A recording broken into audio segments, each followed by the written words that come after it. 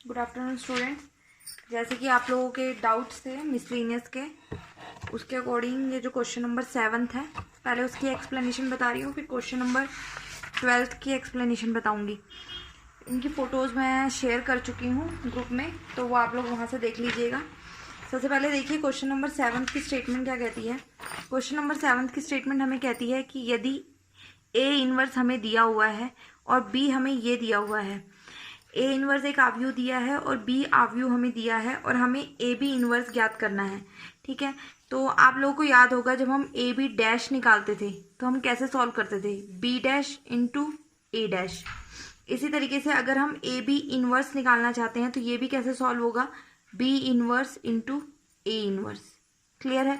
अब देखो हमें क्या चीज़ें इसमें से दी है, हमें ए बी इनवर्स निकालना है, मतलब हमें B inverse into A inverse निकालना है। ए इनवर्स हमें दिया है तो हमें क्या निकालना है, बी इनवर्स। बी आव्यूह हमें दिया हुआ है तो इसका इस्तेमाल से हम बी इनवर्स निकाल सकते हैं। बी इनवर्स निकालने के लिए सबसे पहले हम क्या करेंगे, एडजॉइंट बी निकालेंगे और उसको बी के सारणिक से भाग कर देंगे।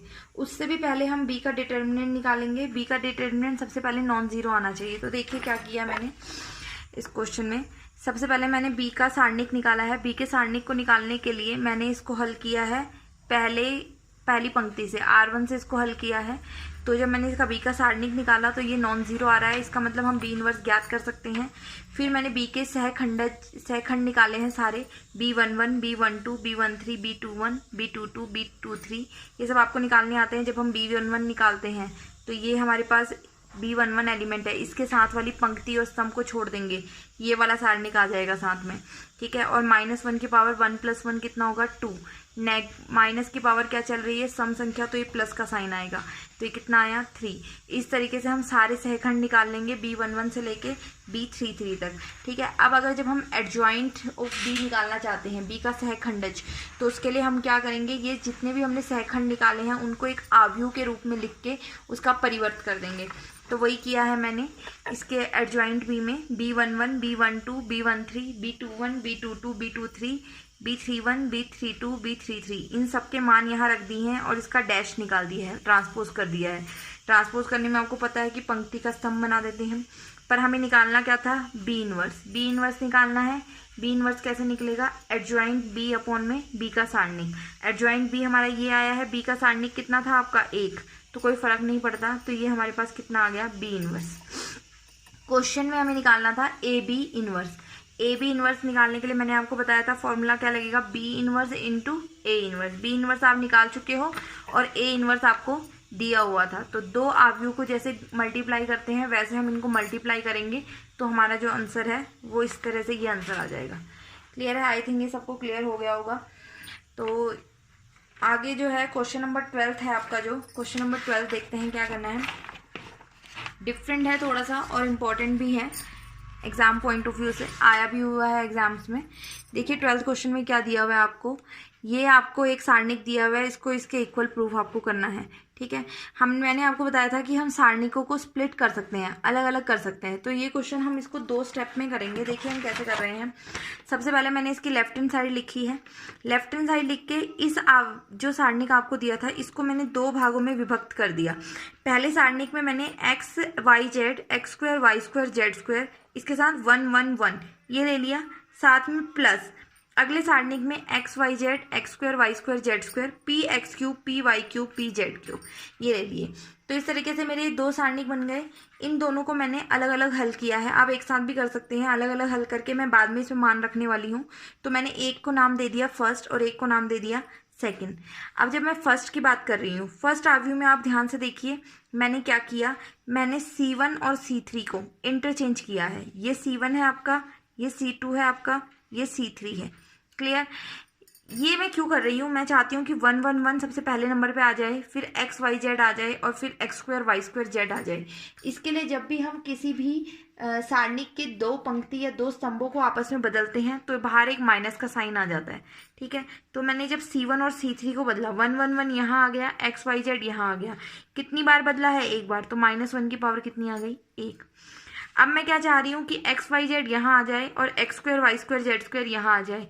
तो मैंने C2 और C3 को बदला, C2 और C3 को बदला तो -1 की पावर कितनी हो गई, 2। तो मेरे पास ये बन गया, इसको आप यहीं पे छोड़ दीजिए। ये हम बाद में इसका मान यूज करेंगे। तो आई का मान हमारे पास कितना आ गया 111 X Y Z X square Y square Z square. अब आइए सेकंड पे, जो मैंने जिसको नाम दिया था मैंने सेकंड। अब जिसको मैंने सेकंड नाम दिया था उसको देखिए मैंने क्या किया, उसमें से सबसे पहले C3 में से P कॉमन आ रहा है, मैंने C3 में से P को बाहर कॉमन ले लिया, तो यहाँ से P बाहर चला गया, ये बच्चा X Y Z X square Y square Z square X cube Y cube Z cube. अब देखो R1 में से x कॉमन ले सकती हूँ मैं, R2 में से y कॉमन ले सकती हूँ, R3 में से z कॉमन ले सकती हूँ, तो वही मैंने बाहर लिया। बाहर p पहले से चल रहा था, अब क्या बन गया x y z, यहाँ से x कॉमन गया, एक x था a1 बचा, यहाँ से 2x थे एक x बचा, यहाँ 3x थे 2x बचे। इस तरीके से मेरे पास ये बना p x y z 111 x y z x square Y square Z square.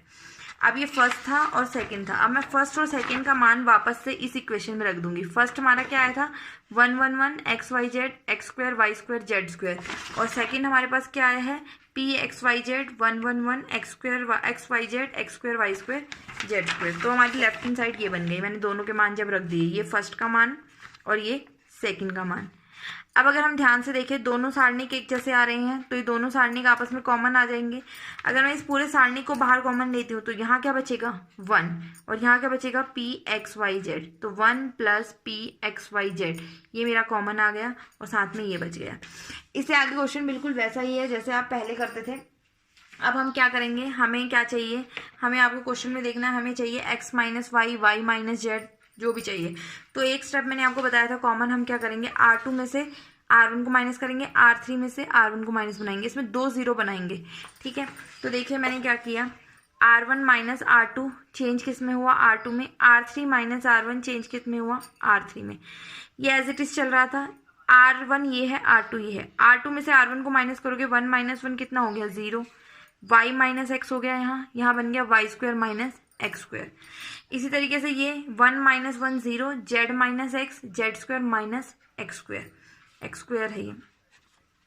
Clear, तो अब क्या बनेगा देखो, यहाँ पे A square minus B square लगाओ, A square minus B square क्या कहता है A plus B A minus B, तो ये बनेगा Y minus X Y plus X, ये बनेगा Z minus X Z plus X. अब जो हमें प्रूफ करना है उस पर देखिए, उसमें प्रूफ में हमें 1 plus P X Y Z तो है पर y माइनस एक्स नहीं है, x माइनस वाई है। तो मैं जो बाहर कॉमन ले रही हूँ वो मैं ले रही हूँ x माइनस वाई इसमें से R2 में से, और इसमें से मैं ले रही हूँ z माइनस एक्स। अब देखो जब मैं इसमें से x माइनस वाई कॉमन ले रही हूँ तो ये -1 बचेगा, यहाँ भी माइनस का साइन बचेगा x प्लस वाई, और ये 1 और ये z प्लस एक्स। फिर अब क्या करना है, इसको सारणिक को हल करना है। ये चीज़ मेरे पास ये आ गई, जब C3 से इसको हल करेंगे 1, ये अगली तो टर्म 0 है तो इसको हल करके z माइनस एक्स, वही सेम चीज़ आ जाएगी आपको राइट हैंड साइड में प्रूव करनी थी।